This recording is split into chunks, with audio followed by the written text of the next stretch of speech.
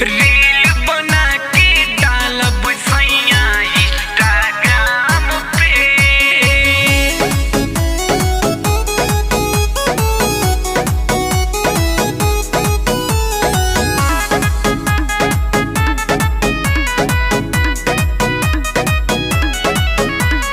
कांवर उठा के चलो बैजू बाबा धाम पे।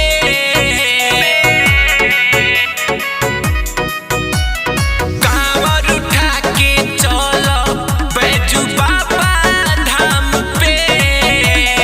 रील बना के डालब सैया इंस्टाग्राम पे।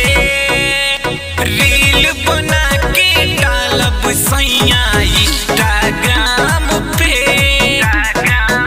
रील बना के डालब सैया इंस्टाग्राम पे।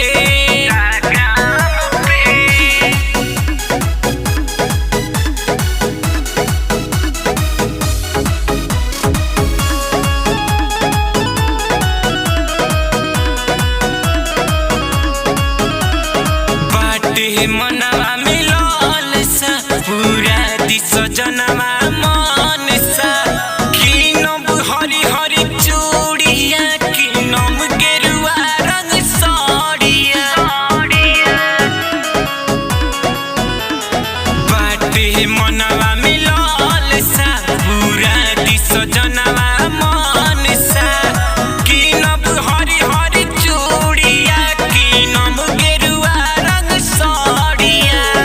घूम घूम खिंचाइब फोटो चारों धाम पे।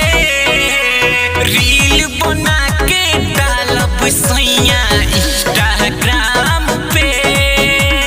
रील बना के डालब सजनवा इंस्टाग्राम पे।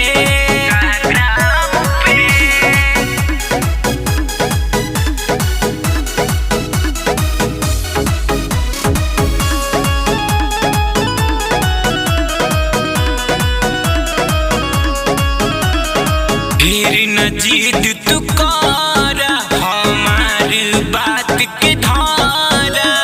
फिर हमार माथा तली खा जाई तोहरो घर।